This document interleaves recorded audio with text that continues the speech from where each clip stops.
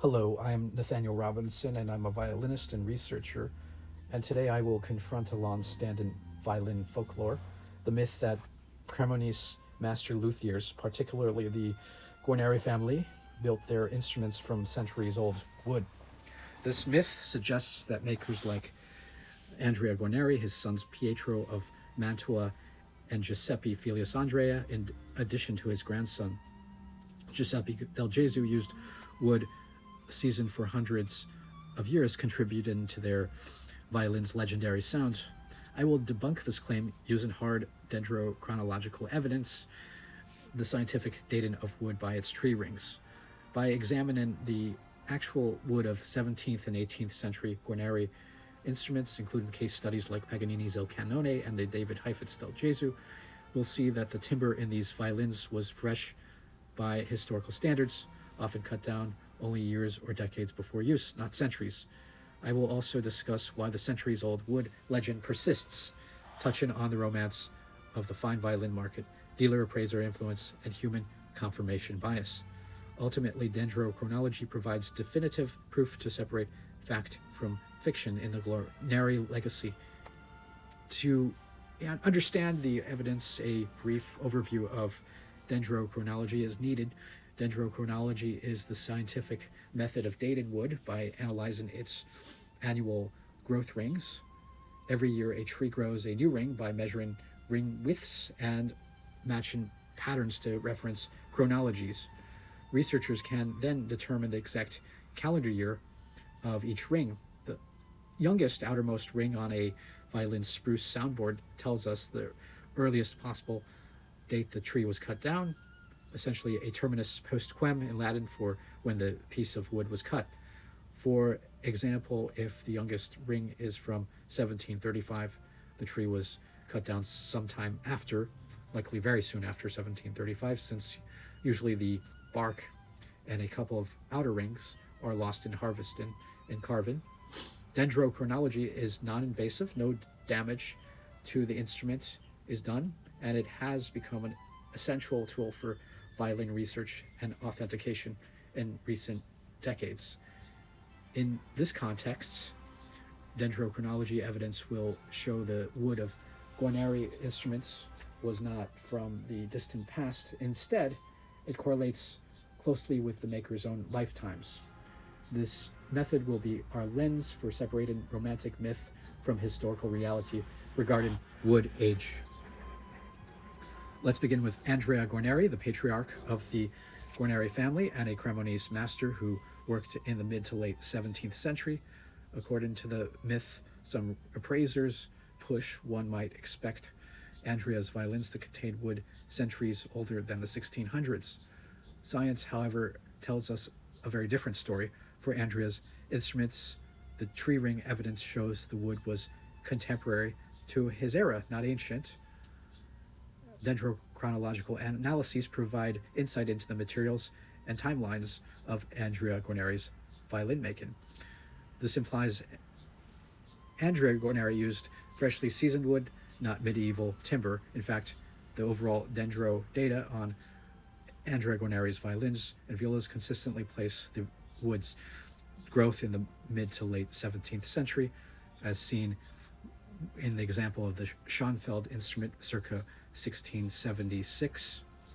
Moving on to Giuseppe Guarneri Filius Andrea, who was Andrea Guarneri's son and father to Guarneri del Gesù. It further dispels the old wood myth when studying his instruments with dendrochronology. He worked primarily from the 1690s through the early 1700s. If the legend were true, his violins might contain wood from the 1500s or earlier. Dendrochronology provides evidence that that's not the case. A recent high-profile example is a violin made by Filius Andrea around 1705, discovered in an attic in Italy and studied in 2021. The most recent tree ring in its soundboard dates to 1696, seen here on the right, on the top right-hand side. This tells us the spruce grew until 1696, only 9 years before the violin's label date of 1705 was put inside when the instrument was completed. After accounting for a couple of rings lost in carving and a brief seasoning period, the wood's date fits perfectly with an instrument made in the first decade of 1700, according to Strad magazine.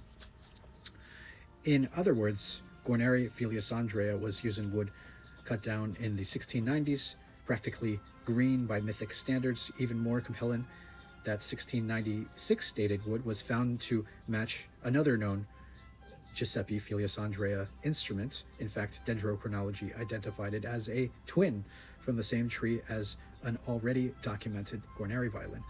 This means Giuseppe Filius Andrea likely sourced a single log and used it for at least two instruments, a practice not uncommon among makers. And you could see the other instrument on your bottom right-hand corner of the instrument that matched with the instrument found in the attic.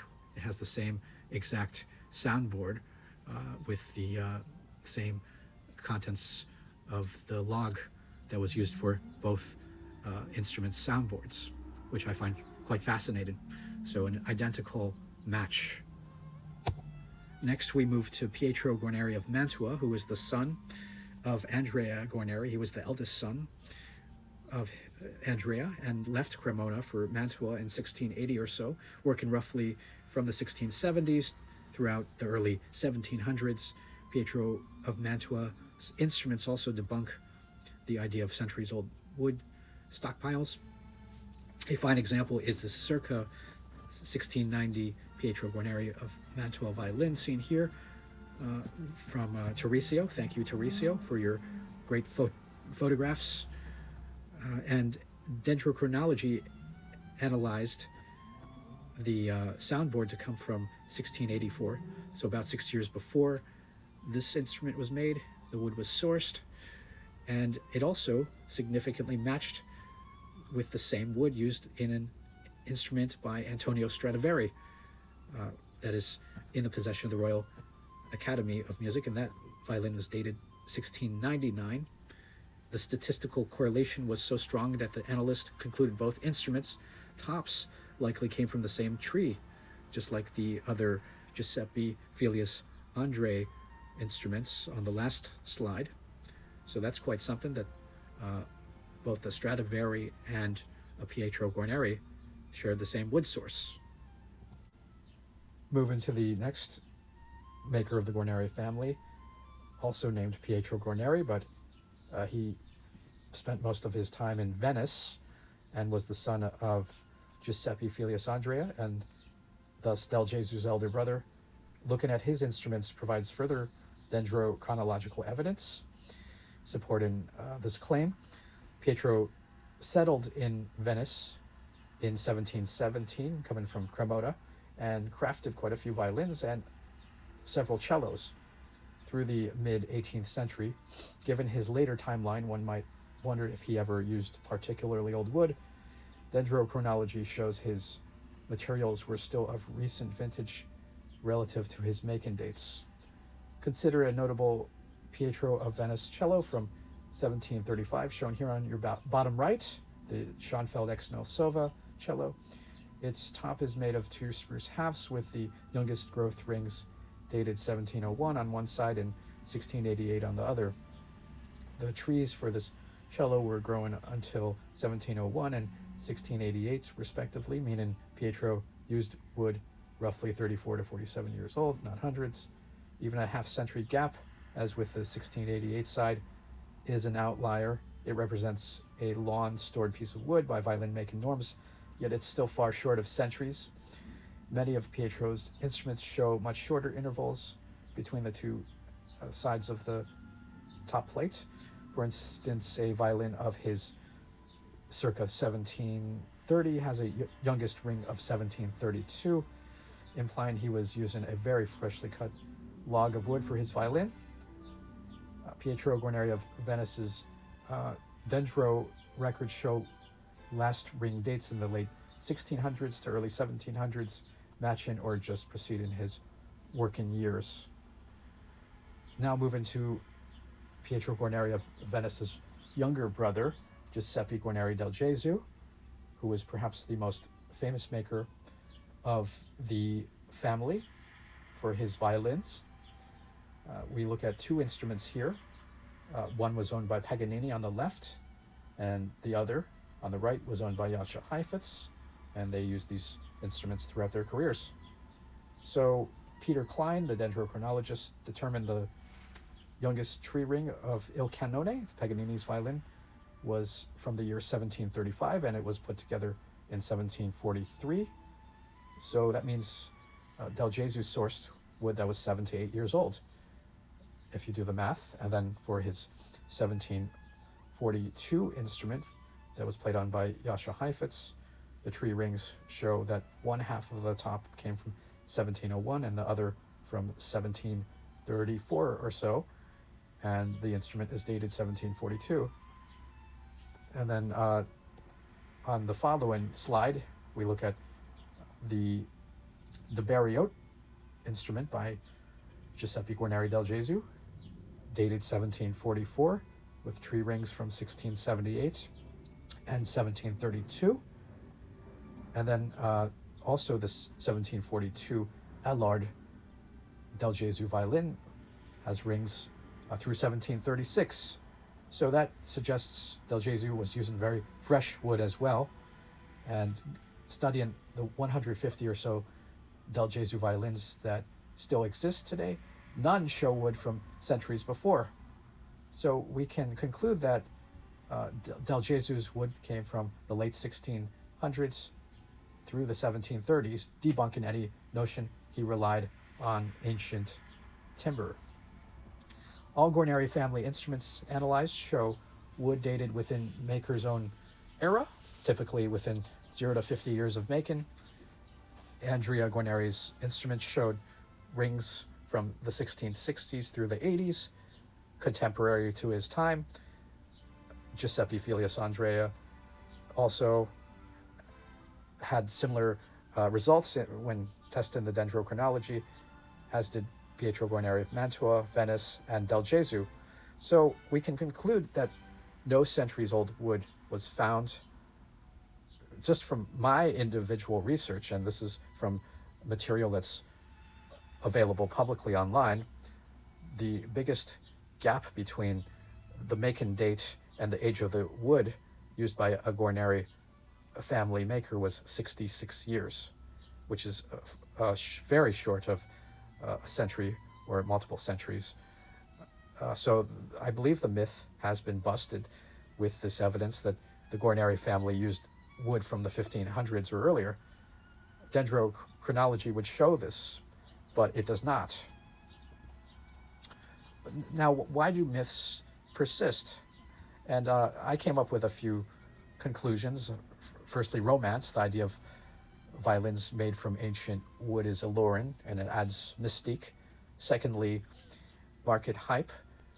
Mystique can inflate value. Dealers historically spun tales, as many of you will know who are watching this video. I'm not going to name any names, but you could draw your own conclusions. They've faked labels and provenances to increase prices.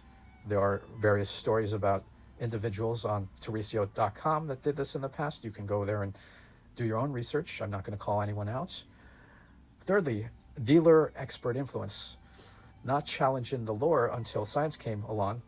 Old claims have been repeated as facts, and they are kind of embedded in us. And then also confirmation bias. People credit great sound to an exotic factor like 300-year-old wood that fits their beliefs, narratives, and ignoring contrary evidence.